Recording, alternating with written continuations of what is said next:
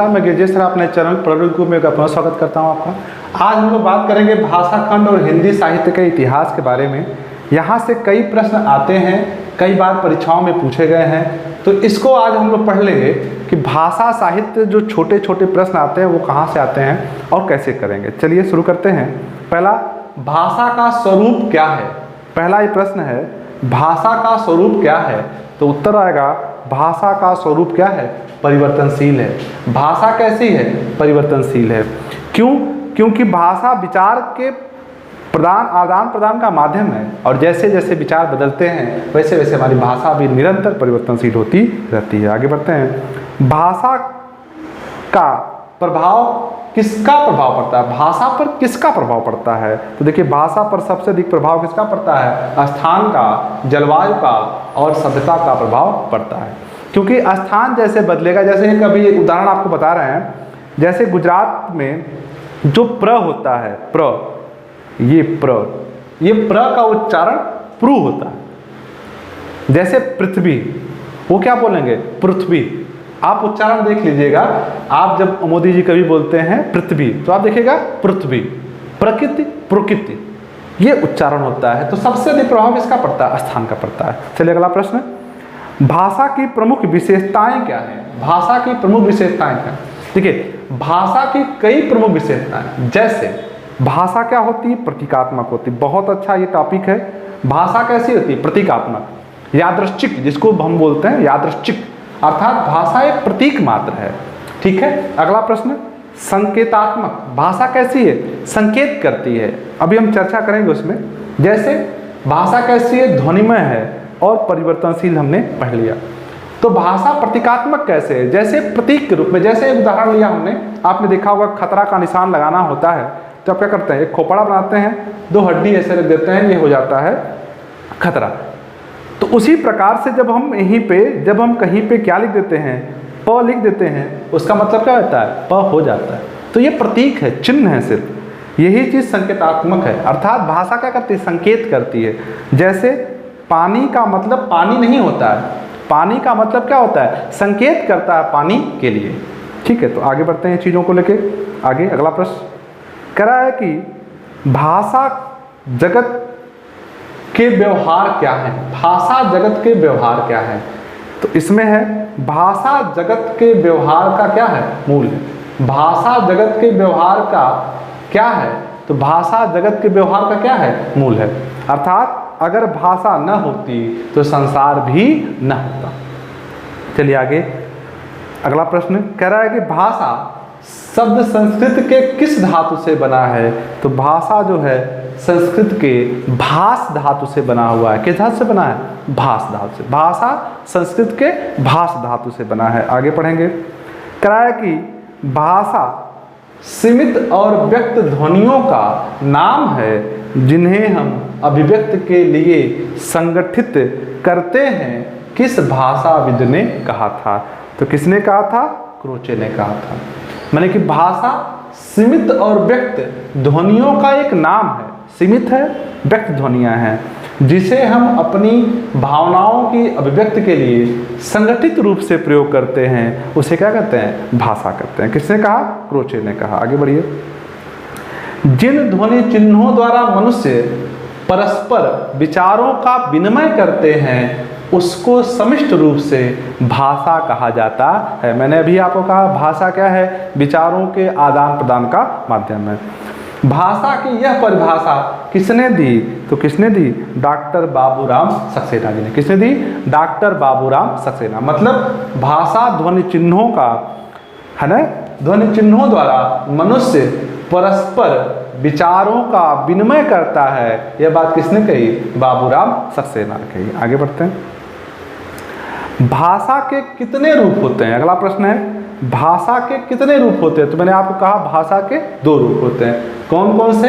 कथित और लिखित। एक भाषा कही जाती है और एक भाषा क्या करती है? लिखी जाती है। तो भाषा के कितने रूप? दो रूप होते हैं। आगे देखिएगा। भाषा के कितने अंग हैं? तो भाषा के मूल रूप से कितने अंग हैं? 3 अंग हैं। कितने अंग हैं? 3। जैसे मूल ध्वनियाँ, शब्द और वाक्य। ध्वनियाँ क्या होती हैं, कई जगह पर्चा होता है। ये भी पूछता है कि भाषा के सबसे छोटी इकाई क्या है, तो सोची छोटी इकाई भी क्या है, ध्वनियाँ है।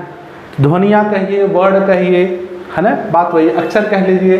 तो मूल ध्वनियाँ, ध्वनियों से शब्द बनते हैं और शब्दों से क्या बनता है, वाक्य बनता है। चलिए आगे बढ़ते हैं। अगला प्रश्न है, कह रहा है प्रत्येक देश में भाषा के कितने रूप होते हैं। तो कह रहा है प्रत्येक देश में भाषा के 3 रूप होते हैं। कौन कौन से, पहला बोली, दूसरा भाषा और तीसरा राष्ट्रभाषा। पहली बोलियां होती हैं, बोलियां जो छोटी छोटी जगहों बोली जाती हैं उन्हें क्या कहते हैं, बोलियां कहते हैं। दूसरा भाषा होता है। भाषा क्या होता है, जब बहुत बड़ी इकाई बहुत ज़्यादा क्षेत्रफल में उसका प्रयोग करती है उसे भाषा बोलते हैं। और राष्ट्रभाषा जब पूरा देश का एक बहुत बड़ा समाज उसका प्रयोग करने लगता है उसे क्या कहते हैं, राष्ट्रभाषा कहते हैं। आगे बढ़िएगा। हिंदी भाषा में कितनी प्रमुख बोलियां हैं, तो कितनी हैं, 22 बोलियां हैं, 5 उपभाषाएं। प्रश्न आएगा कितनी, 5 उपभाषाएं हैं और 22 प्रमुख बोलियां हैं। आगे बढ़िए। कह रहा है कि हिंदी भाषा में बोलियां क्या हैं, तो जिन स्थानीय बोलियों का प्रयोग साधारण जनता अपने समूह या घरों में करता है उसे बोली कहते हैं। सरल भाषा में जिसे एक व्यक्ति दूसरे व्यक्ति से बातचीत के लिए प्रयोग करता है उसे क्या कहते हैं, बोली कहते हैं। आगे आइए। परिनिष्ठित भाषा से आप क्या समझते हैं। अगला प्रश्न है, परिनिष्ठित भाषा से आप क्या समझते हैं। आगे देखिए। कह रहा है जब किसी भाषा, किसी बोली को व्याकरण से परिमार्जित कर देते हैं, अर्थात वो व्याकरण से सम्मत हो जाती है, तब उसे परिनिष्ठित भाषा कहा जाता है। माने व्याकरण जिसमें हो परिनिष्ठित है, व्याकरण न हो सिर्फ बोलने के लिए प्रयोग की जाए तो उसे क्या कहेंगे, बोली कहेंगे। आगे बढ़िए। राष्ट्रभाषा क्या है, बहुत अच्छा प्रश्न है ये। राष्ट्रभाषा क्या है, किसी भी देश की परिनिष्ठित भाषा जब व्यापक शक्ति ग्रहण कर लेती है और समय एवं परिस्थिति के अनुसार आगे चलकर राजनीतिक एवं सामाजिक शक्ति के आधार पर राष्ट्रभाषा का स्थान प्राप्त कर लेती है तो उसे राष्ट्रभाषा कहते हैं। मतलब जब कोई किसी भी देश की कोई भी भाषा जब क्या होती है, परिनिष्ठित होती है और उसके बाद समय के साथ आगे चलकर पूरे देश की भाषा बन जाती है तो उसे राष्ट्रभाषा कहा जाता है। आगे देखिए। वर्तमान समय में संविधान के द्वारा कितनी राजभाषाओं को मान्यता प्राप्त है, तो वर्तमान समय में संविधान के द्वारा 22 भाषाओं को राजभाषा की मान्यता प्राप्त की गई है। चलिए अगला प्रश्न है, राजभाषा का उल्लेख भारतीय संविधान के किस अनुसूची में है, तो 8वीं अनुसूची में किया गया है। ठीक है, राजभाषा का उल्लेख भारतीय संविधान के 8वीं अनुसूची में है। देखें अगला प्रश्न है, भाषा और समाज के लेखक कौन हैं। बहुत अच्छा प्रश्न है ये, भाषा और समाज के लेखक कौन हैं, तो रामविलास शर्मा हैं। अगला प्रश्न, कितने राज्यों की प्रशासनिक भाषा हिंदी है। यहाँ से प्रश्न अभी आया था, तो हिमाचल प्रदेश, हरियाणा, राजस्थान, मध्य प्रदेश, छत्तीसगढ़, उत्तर प्रदेश, उत्तराखंड, बिहार, झारखंड, केंद्र शासित प्रदेश दिल्ली, इतने प्रदेशों की भाषा क्या है, हिंदी है। याद कर लेंगे 1 2 3 4 5 6 7 8 9 और 1 10। ठीक है, ये है हिमाचल, हरियाणा, राजस्थान, मध्य प्रदेश, छत्तीसगढ़, उत्तर प्रदेश, उत्तराखंड, उत्तरांचल, बिहार, झारखंड और दिल्ली। 10 राज्यों की भाषा क्या है, हिंदी है। आगे बढ़ें। कह रहा है आचार्य रामचंद्र शुक्ल ने आदिकाल को क्या कहा है, तो ये बहुत इंपॉर्टेंट प्रश्न है, वीर गाथा काल कहा है।